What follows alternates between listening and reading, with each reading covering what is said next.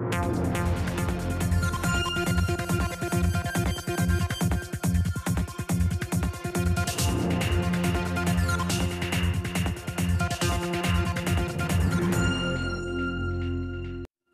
est 12h45. Bonjour à tous et bienvenue dans ce journal. Du téléphone portable au poste radio et téléviseur en passant par les équipements pour automobiles ou l'aéronautique, l'électronique est partout. Malheureusement, au Bénin, le métier tend à disparaître. L'apprentissage des métiers de l'audiovisuel draine de plus en plus de jeunes, mais à l'arrivée, le marché de l'emploi est saturé. Des acteurs audiovisuels se sont prononcés sur le sujet. Et puis en France, la faculté de droit de Montpellier a rouvert ses portes sous haut dispositif sécuritaire. Elle était fermée depuis le 23 mars dernier suite à de violents incidents.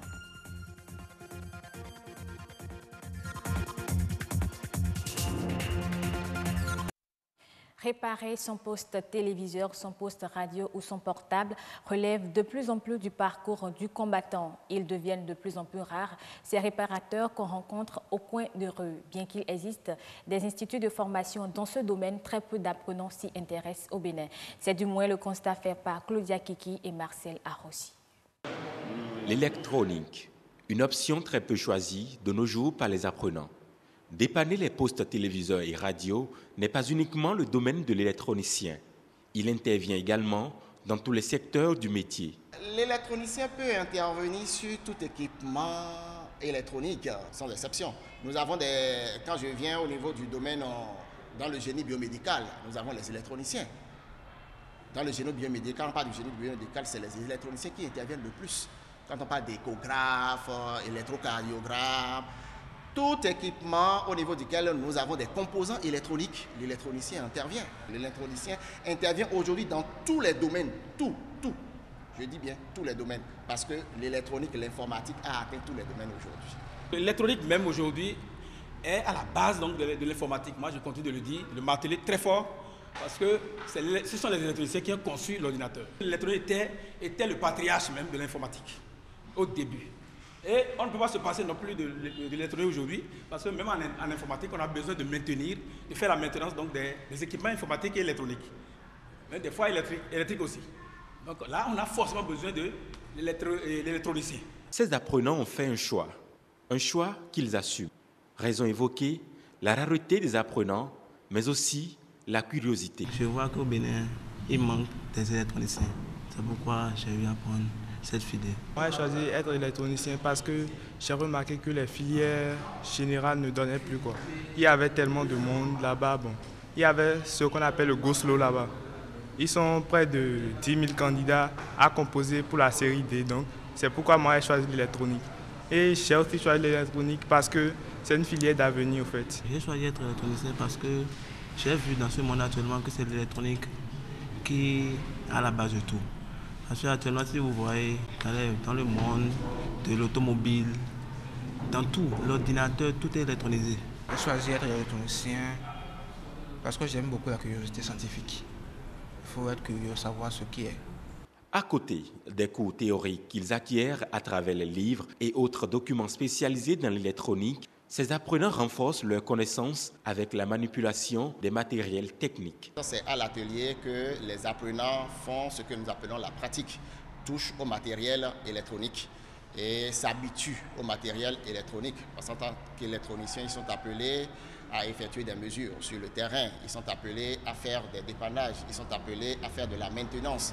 Alors ici, on leur donne le goût, les b.a.-ba de la maintenance. Non seulement ils font des matières pratiques où il y a des exercices de dépannage aussi qu'on essaie.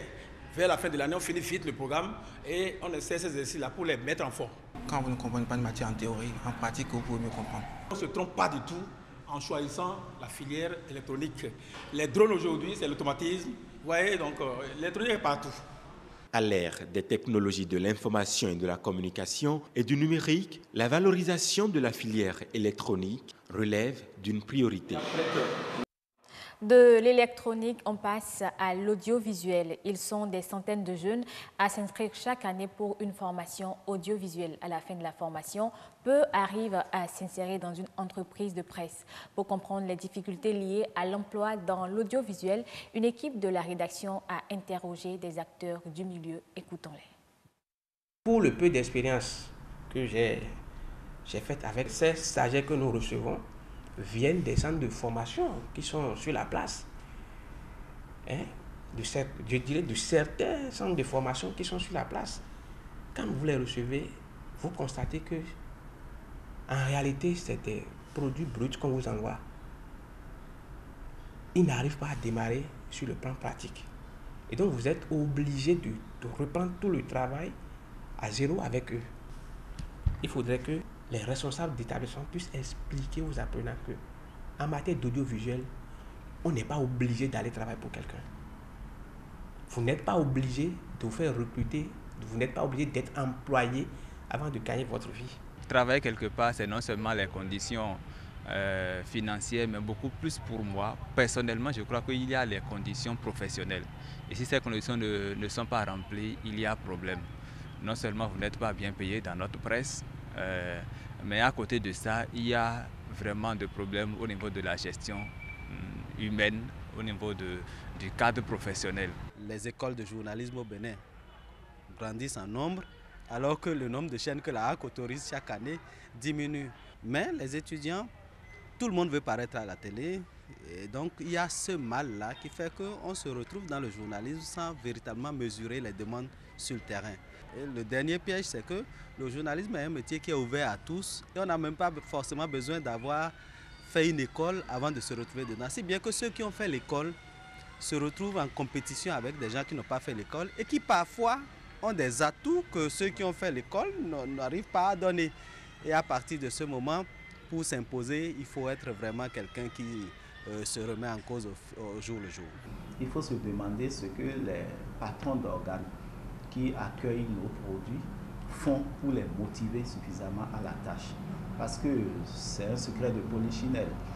Au Bénin, ils sont bons à accueillir des jeunes journalistes, mais on ne les met pas en sécurité de travail.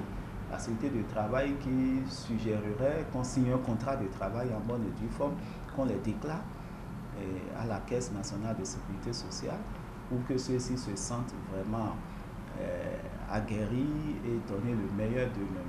En réalité, c'est quoi? C'est la précarité de l'emploi qui fait que quand vous êtes dans ils font 3 mois dans une chaîne A, 3 mois dans une chaîne B, c'est parce que là aussi, les chaînes ont des moyens limités, comme je le disais, de recruter ces jeunes. Alors que ces jeunes ont des potentialités, ils peuvent aussi travailler pour eux-mêmes.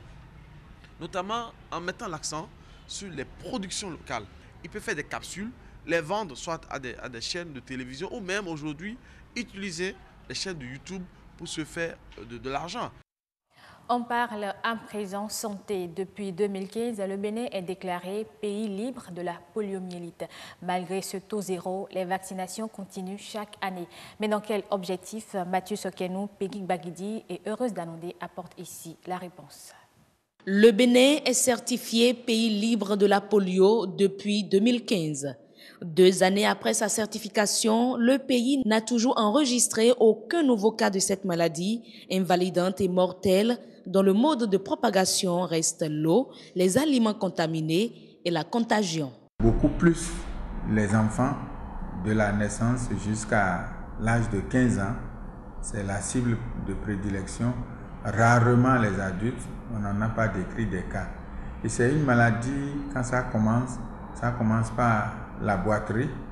Il s'agit d'un enfant qui marchait correctement et qui, à la suite peut-être d'un faux pas ou au cours d'un jeu, n'arrive plus à marcher correctement. On commence le traitement, mais c'est la paralysie qui finit par s'installer et définitivement. Depuis avril 2009, le Bénin n'a plus enregistré de cas de poliovirus autochtone. Bien que le pays soit exempté, la bataille n'est pas gagnée. Dans le monde entier aujourd'hui, 3 pays sont porteurs ou prédisposant les autres pays autour à l'infestation. Il s'agit de l'Afghanistan, il s'agit du Pakistan et du Nigeria. Nous sommes à côté du Nigeria, ce qui fait que notre risque demeure. Lorsque vous êtes déclaré exempt de la circulation du poliovirus sauvage, vous conduisez encore les campagnes de masse au moins 2 fois par an pendant encore 5 autres années. Dans le cadre du dispositif mis en place par l'Organisation mondiale de la santé, on ne déclare pas au niveau d'un seul pays l'éradication de la polio. Ça doit se faire au niveau de la région.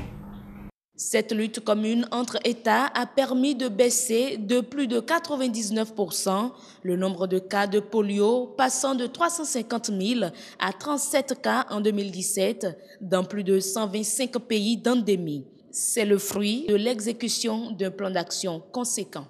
Lorsque l'enfant naît, le calendrier qui correspond à la lutte contre la poliomyélite, c'est de lui donner 2 gouttes de ce vaccin dès la naissance. Et quand il a 6 semaines de vie, on lui donne 2 gouttes encore. À 10 semaines, c'est-à-dire 2 mois et demi, on lui donne encore 2 gouttes. Et à 14 semaines, c'est-à-dire 3 mois et demi, on lui donne encore 2 gouttes.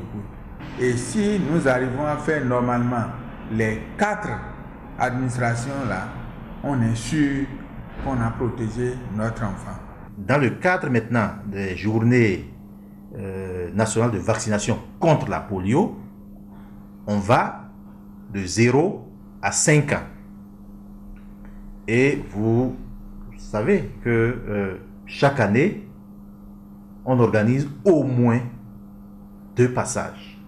Du côté des personnes déjà atteintes, il faut croire dur comme fer en l'espoir de l'amélioration des conditions de vie. En Côte d'Ivoire, les prévisions du gouvernement ivoirien concernant la récolte intermédiaire 2017-2018 de cacao se chiffrent désormais à 500 000 tonnes. Le niveau de production attendu marque une amélioration de 100 000 tonnes par rapport aux précédentes perspectives, mais on note toujours une baisse de 20 000 tonnes comparativement à la saison dernière. Le gouvernement zambien vient de suspendre de façon temporaire l'interdiction d'importation des produits laitiers et de viande transformée en provenance de l'Afrique du Sud. La barrière commerciale a été imposée le 4 mars dernier dans la foulée de l'épidémie de listériose qui a déjà fait 180 morts depuis janvier 2017 dans la nation arc-en-ciel. Cette décision a été prise pour protéger la population zambienne jusqu'à nouvel ordre. En France, la faculté de droit de Montpellier a rouvert ses portes mardi dans un climat de tension et sous haute surveillance. Elle était fermée depuis le 23 mars suite aux violents incidents qui ont notamment abouti à la mise en examen d'un douanier et d'un professeur. Le dispositif de sécurité érigé n'est pas du goût de certains usagers de cette faculté. Reportage. Une seule des grilles du bâtiment principal sur les 3 était ouverte dans la matinée de ce mardi. Elle est gardée par 3 vigiles. De chaque côté de la rue, plusieurs cars de CRS étaient aussi présents. Devant la porte, étudiants, professeurs et personnels. Ils doivent présenter leur carte pour accéder au bâtiment, ce qui suscite interrogations et indignation. Ma carte d'étudiant, vous voyez, je suis doctorante à la fac de droit. Okay, jamais, je n'irai montrer ma carte à ces gens-là. C'est très clair. Et j'engage les étudiants à ne pas montrer leur carte à une société qui a contribué à leur agression. Pour mémoire, dans la nuit du 22 au 23 mars, une dizaine d'hommes cagoulés et armés de bâtons et de pistolets à impulsion électrique avaient violemment expulsé d'un amphithéâtre de la faculté des étudiants, syndicalistes et militants hostiles à la loi Vidal sur l'accès à l'université. Quelques dizaines d'étudiants, syndicalistes et militants opposés à la réouverture de la faculté se sont assis sur les marches devant la porte d'accès. Il ne suffit pas que le président de l'université et des professeurs décident qu'on peut rouvrir dans la normale pour que ça se fasse. Il y a eu une agression extrêmement violente et toute la lumière doit être faite. Et c'est un problème aujourd'hui qui dépasse largement la fac de droit. Il y a eu des violences et c'est tout à fait condamnable. Et puis il y a eu des réactions qui ont aussi été un petit peu exagérées, je pense. Je pense qu'il faut que ça revienne à la normale, que le calme revienne, quoi. Donc Je pense que oui, il faut qu'on se pose et qu'on y réfléchisse. Il y a eu les violences, c'est inacceptable. Mais après, il y a eu d'autres trucs aussi. Les étudiants qui ont occupé l'amphi illégalement, c'est pas normal non plus. Mis en cause par des témoins et soupçonné d'avoir facilité cette expédition punitive, le doyen Philippe Pétel, qui avait démissionné après les violences, et un professeur ont été mis en examen pour complicité d'intrusion et pour violence aggravée. Les deux ont aussi été suspendus de leurs fonctions. Ailleurs en France, le mouvement touche d'autres universités. Et ce sera tout pour cette édition. Merci à vous d'être restés et passé de bons moments sur BB24, la chaîne du développement.